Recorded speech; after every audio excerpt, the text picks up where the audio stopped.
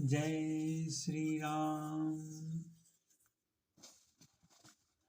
कल के श्लोकों में हमने सुना था, जो मनुष्य आंख में उंगली लगाकर देखता है उसके लिए तो दो चंद्रमा प्रकट प्रत्यक्ष हैं। हे पार्वती, श्री रामचंद्र जी के विषय में इस प्रकार मोह की कल्पना करना वैसा ही है जैसा आकाश में अंधकार, धुएं और धूल का सोना दिखाना। आकाश जैसे निर्मल और निर्लेप है, उसको कोई मलिन या स्पर्श नहीं कर सकता। इसी प्रकार भगवान श्री रामचंद्र जी नित्य निर्मल और निर्लेप हैं। विषय, इंद्रियों के देवता और जीवात्मा, ये सब एक की सहायता से एक चेतन होते हैं। अर्थात विषयों का प्रकाश इंद्रियों का इंद्रियों के देवताओं से और इंद्रिय देवताओं का चेतन जीवात्मा से प्रकाश होता है। जो इन सबके प्रकाशक हैं वही अनादि ब्रह्म अयोध्या नरेश श्री रामचंद्र जी हैं। आइए आगे के श्लोक सुनते हैं।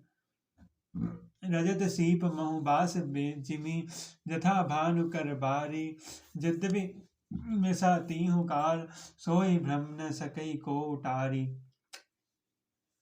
जैसे सीप में चांदी की सूर्य की किरणों में पानी की प्रतीत होती हैं, यद्यपि वह प्रतीत तीनों कालों में झूठ है, तथापि इस भ्रम को कोई हटा नहीं सकता।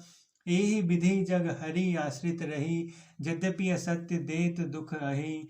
जो सपने सिर काट कोई, बिनु जागे न दूर दुख होई। इसी तरह यह संसार भगवान के आश्रित रहता है, यद्यपि यह असत्य है तो भी दुख तो देता ही है। जिस तरह स्वप्न में कोई सिर काट ले तो बिना जागे वह दुख दूर नहीं होता। जासु कृपा अस भ्रम मिट जाई, गिरिजा सोई कृपाल रघुराई। आदि अंत को जासु न पावा, मति अनुमानी निगम अस गावा।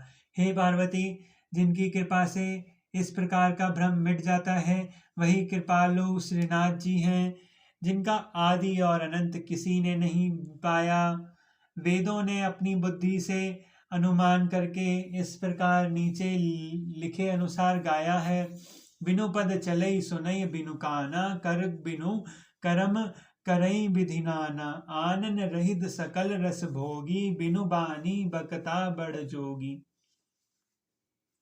वह ब्रह्म बिना ही पैर के चलता है, बिना ही कान के सुनता है और बिना ही हाथ के नाना प्रकार के काम करता है। बिना मुंह के ही सारे रसों का आनंद लेता है और बिना ही वाणी के बहुत योग्य वक्ता है।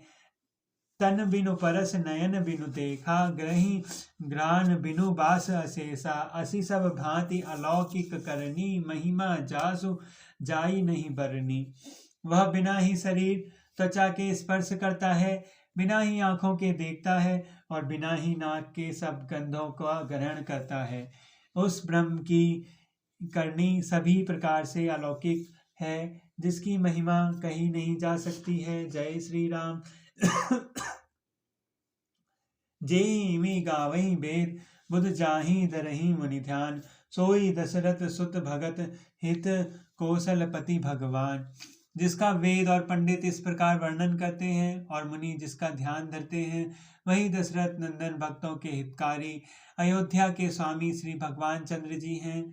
काशी मरत जंतु अवलोकी, जासु नाम बल करऊं बिसोकी। सोई प्रभु मोर चराचर स्वामी, रघुबर सब उर अंतर जामी। हे पार्वती, जिनके नाम बल से काशी में मरते हुए प्राणी को देखकर मैं उसे शोक रहित कर देता हूँ, वही मेरे प्रभु रघुरे श्रेष्ठ श्री रामचंद्र जी जड़ चेतन के स्वामी और सबके हृदय भीतर की जानने वाले हैं।